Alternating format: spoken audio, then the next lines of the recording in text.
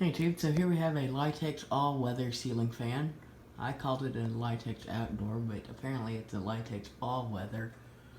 But I need to clean it. But got a Westinghouse white light on it. See the fan better.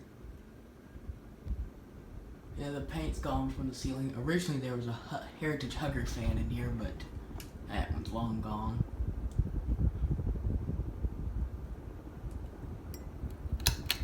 The motor on that Heritage Hugger had shorted out, so I replaced it.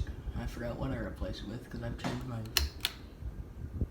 fan so many times.